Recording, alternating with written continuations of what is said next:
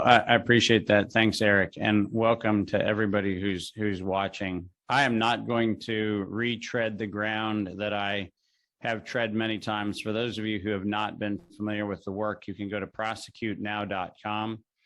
And at prosecutenow.com, you will see the Utah federal case that we have filed against the president, against CMS, and against the Department of Health and Human Services. If you want to understand why we refuse to use the term vaccination, that's the reason why. So go to prosecutenow.com.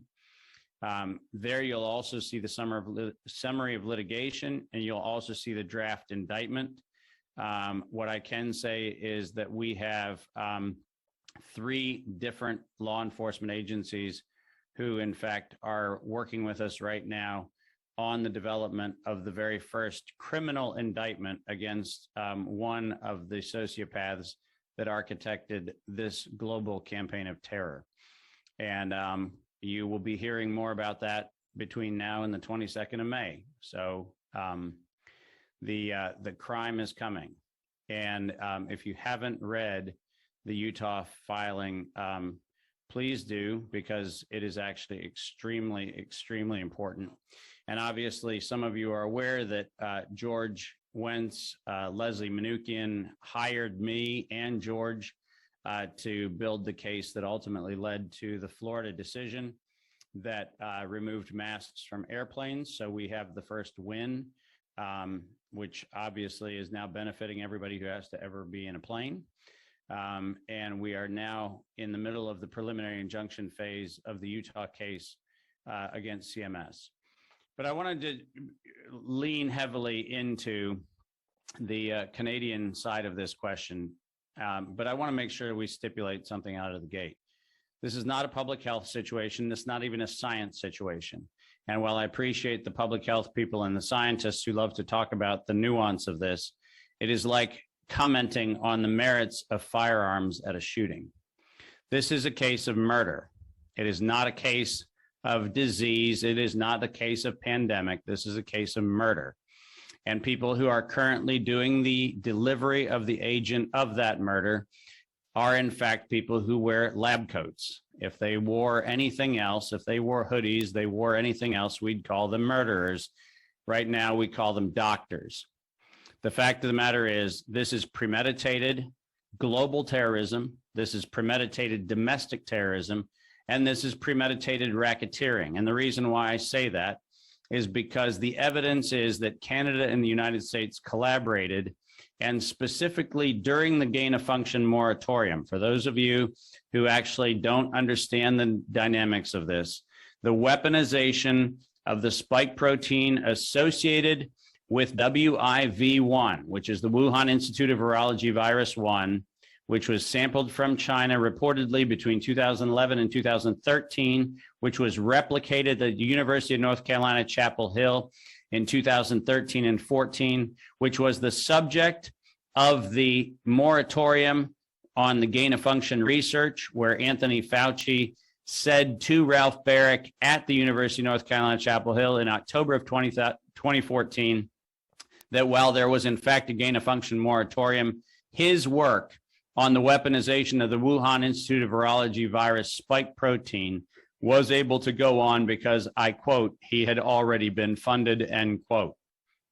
And this study, which was done in vivo, resulted in 2 papers, one in 2015 and one in 2016, both stating that the Wuhan Institute of Virology virus 1 spike protein targeting endothelial tissue, targeting lung tissue, targeting kidney tissue, he stated that it was, and I'm quoting, poised for human emergence. So anybody who wants to sit here and pretend like this is anything other than premeditated murder is actually watching freight cars roll across Germany and wondering where neighbors are going. The fact is that there is no question whatsoever that this was a premeditated act of murder. And for those of you who have not heard it, I will not get on a show without reciting the evidence. In March of 2015, Peter Daszak, the chief architect of the deployment of this particular campaign of terror, along with Anthony Fauci and Ralph Barrick, Peter Daszak made the following statement: to sustain the funding base beyond the crisis, we need to increase the public understanding of the need for medical countermeasures such as a pan-influenza or pan-coronavirus vaccine. A key driver is the media, and the economics will follow the hype. We need to use that hype to our advantage to get to the real issues. Investors will respond if they see profit at the end of the process. If you think that this is an issue that has anything to do with a virus spreading in a pandemic, you are delusional. This is a premeditated crime. They announced the crime in 2015, and conveniently, the government of Canada entered into an agreement with the distribution of the lethal agent in 2015. And specifically, that was Thomas Madden, that was Peter Cullis, and that was Peter Cullis, Thomas Madden, and Ian McLaughlin, who at the University of British Columbia developed a lipid nanoparticle that was required to first demonstrate the ability to actually do what was called gene silencing in monkeys, and then took that technology after a lawsuit, which was a $65 million lawsuit. The settlement of that lawsuit in 2012, and for those in Canada, look up that lawsuit. It was the lawsuit between Protiva, Tecmira, Alcanna Therapeutics, and the University of British Columbia. After the $65 million settlement was paid in that particular case, in 2015, Alcanna Therapeutics, owned by Thomas Madden and Peter Cullis, sublicensed the lipid nanoparticle technology to Moderna for the development of an mRNA vaccine during the gain-of-function moratorium, in violation of U.S.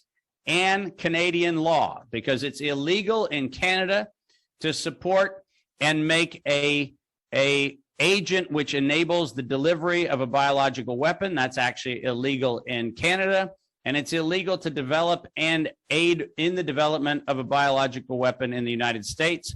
Those are felony violations of two parts of the criminal code of the United States, 18 U.S. Code subsection 2339, which is conspiring to commit acts of terrorism, and 18 U.S. Code section 175, funding and creating a biological weapon. The fact of the matter is, Alcanna, Acuitas, and the University of British Columbia, together with Moderna, are in fact guilty of felony violations of 18 U.S. Code Section 175. And that felony violation took place in 2015, specifically during the gain-of-function moratorium.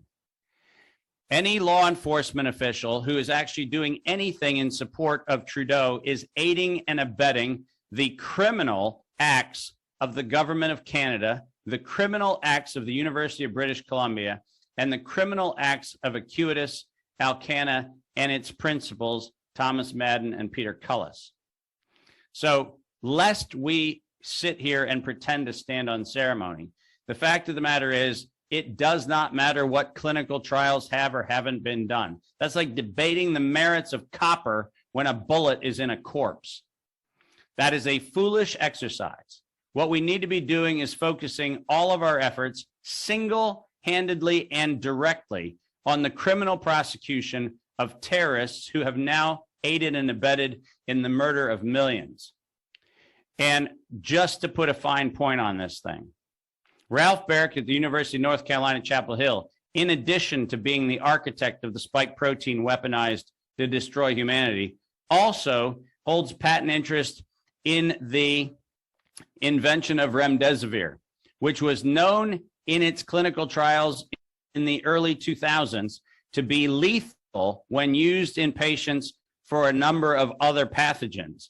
And willfully and knowingly distributing an agent that is in fact known to be harmful and fatal to humans is premeditated murder.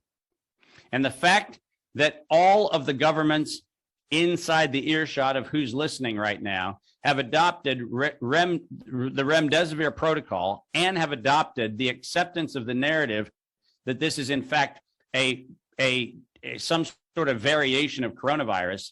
The fact of the matter is neither are the case. This is in fact a bioweapon delivered by a carrier agent developed by the government of Canada. And given that Pfizer, BioNTech, and Moderna both pay royalties to Canadian interests, every single shot administered from Pfizer or from Moderna involve license fees that flow back to the government of Canada.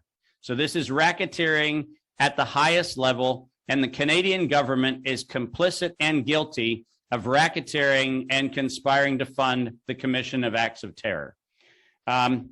Eric, I could go on, as you know, for hours and hours and hours, but the point is really simple. I am tired of the conversations around debating the merits of the fine points of whether or not viruses or other things exist or don't exist. The fact of the matter is we have to focus on the crime that's being committed. We have to put our efforts on that crime. And 100% of what I'm doing is making sure that the entire world knows that anybody who actually promotes a narrative that says that there is a novel disease, anyone who promotes the narrative that says that there's a novel pathogen, and any lawyer who stipulates that there are either of those things is as complicit as Trudeau and Fauci. It's time that we draw a line in the sand and say, we the people will not stand for the domestic and international terrorism that is being done in the name of health. And that's it. That's the wrap. That's what I'm doing.